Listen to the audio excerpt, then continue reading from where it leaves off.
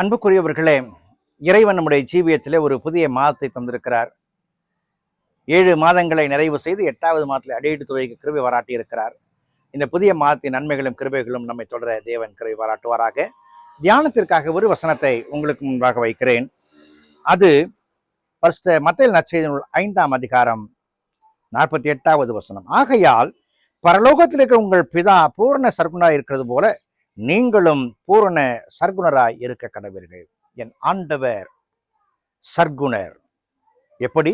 பூரண சர்க்குணர். அவரிடத்துல எந்த விதங்களிலும் குறைவுகள் இல்லை, எந்த விதங்களிலும் சோர்வுகள் இல்லை, எந்த விதங்களிலும் பயங்கள் இல்லை, எந்த விதங்களிலும் பாவம் இல்லை. இப்படி எல்லாவற்றையும் விளக்கி பரிசுத்த தன்மையோடு பூரண சர்க்குணராய் நிறைவுகளை உள்ளடக்கினவராய் மக்களை ஆசீர்வதிக்கிறவராய் அவர் இருக்கிறார். நேர் வழியிலே, நல் வழியிலே, சாந்தத்தில, அன்பிலே நடத்துகிற ஒருவராய் காணப்படுகிறார். என் தேவனிடத்துல அன்பிலே குறைவில்லை, ஆசீர்வாதங்களிலே குறைவில்லை. என் ஆண்டவர் பூரண சர்க்குணர். மனிதனுக்கு தேவை இது 2 தான். அது 2ஐயும் பரிபூர்ணமாய் வைத்திருக்கிறவர் பரலோக பிதாவாகிய பராபரன். அந்த பராபரன் அன்பையும் சமாதானத்தையும் ஆசீர்வாதத்தையும் தரும் பொழுது, வியாதிகளை நம்மை விட்டு நீக்குவதில் வல்லவராய் காணப்படும் பொழுது, என் தேவனுடைய பிள்ளைகளாகி நீங்களும் நானும் எப்படி இருக்க வேண்டும் என்று சொன்னால் பூரண சர்க்குணராய் இருக்க வேண்டும். இந்த மாதத்துல நாம் யாரை சந்தித்தாலும் ஆண்டவருடைய திருப்பெயர்ல வாழ்த்துவோம். நீங்கள் எல்லா நிறைவுகளோடும் வாழ்வதற்கு வாழ்த்துகிறேன் என்று சொல்லுவோம். அந்த வாழ்த்துகிற அந்த வாழ்த்துக்கள் அவருடைய வாழ்க்கையிலே பெரிய மாற்றங்களை கொடுத்து மற்ற மக்களை மாற்றுவதற்கு ஏதுவாகும். ஒன்றும் இல்லாத நிலையில ஒரு பெரிய திரள் கூட்டத்துல அத்துணை மக்களையும் போஷித்தவர் ஆண்டவர். தாவீதின் குமாரனே எனக்கு இறங்கும் என்று மன்றாடினவனுக்கு பதில் செய்தவர் ஆண்டவர். அவருடைய வஸ்திரத்தின் ஓரத்தை தொட்டால் ஆகிலும் வல்லமை புறப்படும் என்று அறிந்து தொட்ட பெண்மணிக்கு சுகமளித்த ஆண்டவர் இன்றைக்கும் நம் மத்தியில இருக்கிறார். அவர் பூரண சர்க்குணர், பரிபூர்ண சர்க்குணர்.